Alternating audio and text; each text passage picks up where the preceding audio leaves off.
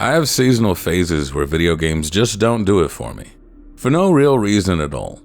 It just feels like my soul is doomed to walk down a never-ending corridor of dissatisfaction, trying a game out for a few minutes, putting it down and despairing at my fate, doomed to be forever unsatisfied, pondering whether I should quit gaming altogether and pick up beekeeping or something. During this most moody of moods, I turn my attention to television or books to give my head time to naturally extract from my rear end. My loving girlfriend, underestimating my power levels in grump mode, recommended me Hellblade during this most insufferable time. Now I had heard of this game already. It's the one everyone praised for its accurate depictions of psychosis, and the lack of conversation elsewhere made me suspicious this was all the game had going for it, which didn't sound appealing. No disrespect, but I don't play video games for accurate portrayals of anything, let alone debilitating mental illnesses. There's enough misery in the world as it is. I don't feel a need to seek it out for recreational purposes. It's a lose-lose situation. Either the game fails to deliver on the premise and I'm left feeling like I wasted my time, or the game is too accurate and I end up in grippy socks. Can't say whether it is or isn't an accurate portrayal of psychosis, but I can say it's an accurate portrayal of a once-in-a-lifetime game. It goes for the cinematic approach, and I normally don't jive with this summer blockbuster style that you'd see in games like the newer God of War or The Last of Us, because it feels like the parts that want to be a movie and the video game parts are forced to compromise in a way that holds both back from reaching their full potential. I'll make a video going in depth about this some other time, but in short, movies make you watch, games make you do. Time spent watching is time spent doing nothing, and nothing important ever happens while you're doing something because developers are afraid you might not see it. But Hellblade is filthy competent and confident in its own design, essentially manipulating you, I use the term lovingly, to always head in the right direction and look the right way, framing the action and leading you through the story of Senua's battle with her curse. A curse that makes her see things, makes you see things in the walls, on the floor, in the shadows. These are environmental puzzles, monsters to fight, and dimensions that tear apart reality. Or is it a new form of reality?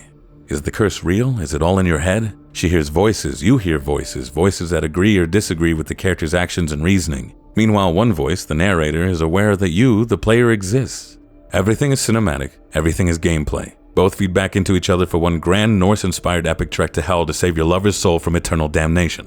Gameplay-wise, it is straightforward and not mechanically intensive. The environmental puzzles are perspective-based, so you're just looking for the right place to stand and focus. If you're looking for combat with a wide range of moves and depth, then you may feel underserved, but let me tell you that while it is simple slashing, blocking, and parrying, the fighting has a rhythm and a flow, a sort of choreography between you and the enemies that you'd expect in a movie while not taking away any player agency. It's simple, but no less awesome. And the thing that brings it all together can be a little difficult to quantify without spoiling, but Ninja Theory is concocting emotional alchemy.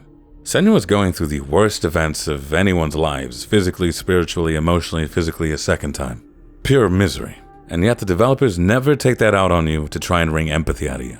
It would be so easy to create tedious and brutal combat or puzzles that make you feel lost or useless, but they don't. The circumstances are exciting, they're dynamic, they keep you going because they need it to be, otherwise you'll put the game down. In a way, the devs have made you Senua's inner driving force. Every moment's awesome, start to finish throughout its about 8-hour runtime, even with the deck stacked against it from the beginning. 4 stars, which is a lot more than I can say for Hellblade 2. The graphics themselves are next level impressive, but the environmental design hardly draws attention to itself, unless you're a geologist or a donkey. It's a lot of rocks and trees that look like they come free by default with Unreal Engine, and for what? Long trips with equally long exposition, talking to new companions that are frankly not that interesting. It feels like we start multiple subplots, but they never go anywhere. It's as if they're cut short. But if that was their intended length, then they undermine everything else that's happened so far. And it's disappointing that these road trips make up a significant amount of time you spend playing the game. Air quotes, heavy air quotes there. It seems to resent that it's a game, as if the player is holding it back from actualizing its lifelong dream of being a movie.